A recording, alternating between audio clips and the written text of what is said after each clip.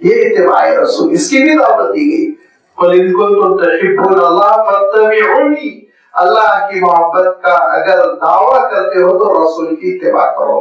یہ ہے 3 چیزیں، اللہ کی عبادت، حرام سے اجتناب یعنی تقوی، اور رسول کی اطاعت. یہ دعوت تھی حضرت نوح علیہ السلام کی، یہی دعوت سارے رسولوں کی رہی، یہی دعوت اللہ کے آخری رسول حضرت محمد مصطفیٰ صلی اللہ علیہ وسلم کی رہی.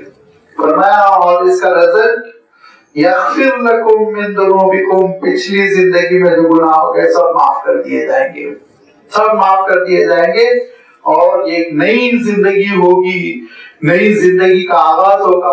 اب اس کے بعد جو گناہ کرو گے تو پھر اس کی پکڑ ہوگی، وہ ایک الگ چیز ہے. لیکن یغفر لکم من ذنوبکم، تمہارے گناہوں میں سے جو پچھلے گزر چکے ہیں وہ واضح گناہ معاف کر دیے جائیں گے. وَيُؤَخِّرْكُمْ إِلَىٰ أَجَلٍ مُّسَمًّى، اور اللہ تعالیٰ تم کو مہلت دے گا حین حیات، جب تک کہ زندگی مقرر ہے، مقدر ہے. اللہ تعالیٰ نے جتنی مہلت دے رکھی ہے وہ پوری مہلت تم کو ملے گی، زندگی گزار سکو گے. اور نہیں تو بیچ میں کبھی بھی عذاب آئے گا، ختم کر دیے جاؤ گے. حضرت نوح علیہ السلام نے فرمایا کہ وَيُؤَخِّرْكُمْ، اور تاخیر کر دی جائے گی، تم کو چھوٹ دے دی جائے گی، إِلَىٰ أَجَلٍ مُّسَمًّى، ایک معلوم شدہ گھڑی تک. وہ کس کو معلوم ہے؟ اللہ کو. کس کی گھڑی؟ انسان کی موت کی گھڑی جو اللہ کو معلوم ہے. اس وقت تک تم کو مہلت دی جائے گی، اچھی زندگی بسر کرو. ان اجل اللہ، لیکن یاد رکھو اللہ تعالیٰ نے جو وقت طے کر دیا، اذا جاء، جب وہ آ جاتا ہے، لا یؤخر، وہ پھر ٹلتا نہیں، کوئی اس کو ٹال نہیں سکتا. لو کنتم تعلمون، تم اس حقیقت کو اگر سمجھ لو تو پھر اچھی طرح تم کو میری دعوت سمجھ میں آ جائے گی. یہ حضرت نوح علیہ السلام کی دعوت کا خلاصہ ہے، یہ جڑ ہے، اور یہ کنکلوژن ہے جو حضرت نوح علیہ السلام نے کر دیا.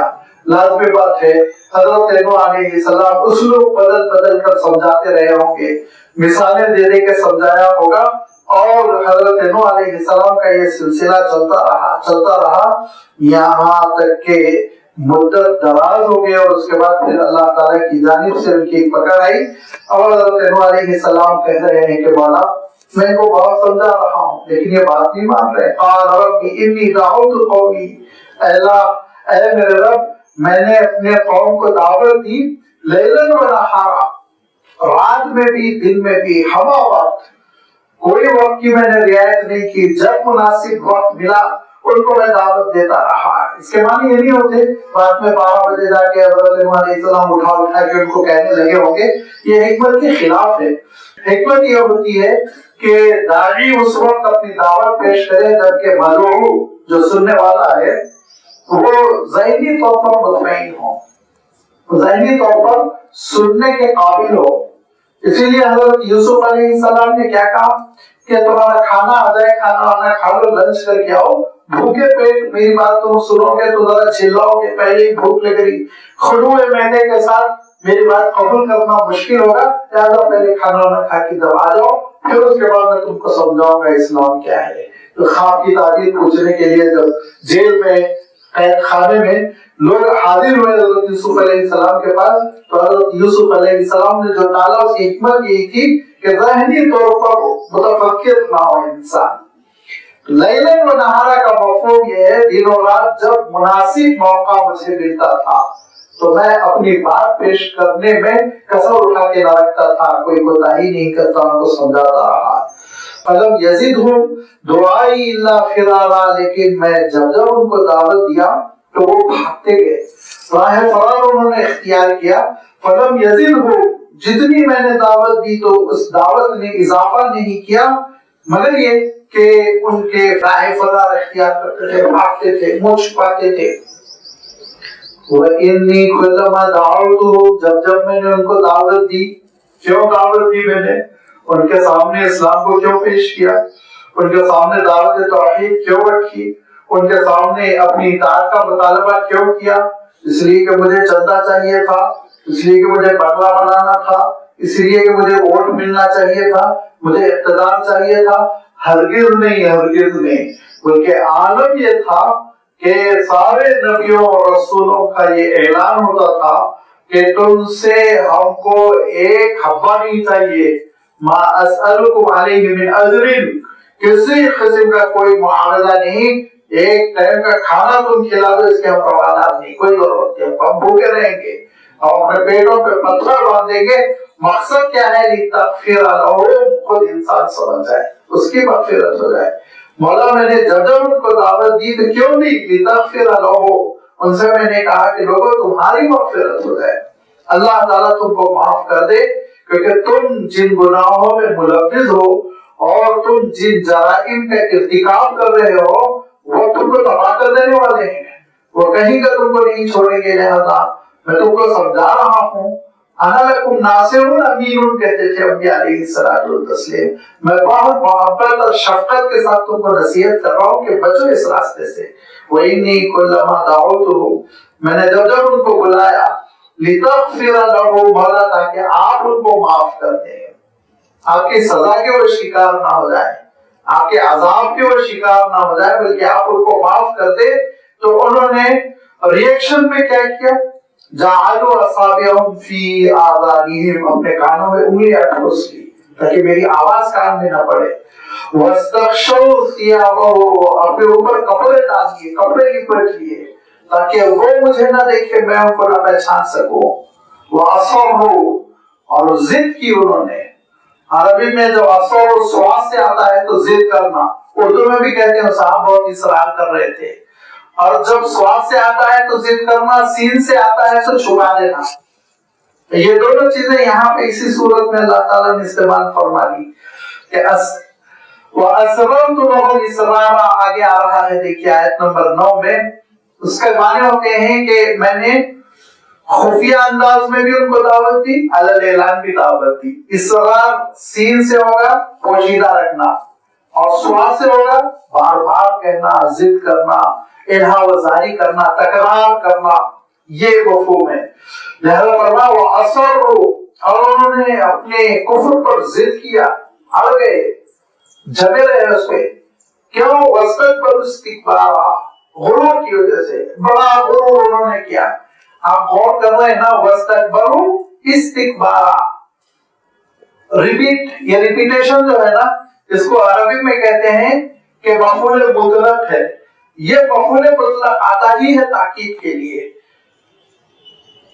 کثرت کے بیان کے لیے، زور دینے کے لیے آتا ہے کہ انہوں نے بڑا غرور کیا ہے نا، خوب غرور کیا، انہوں نے بہت تکبر کیا، میری بات سننے کی کوشش ہی نہیں کی۔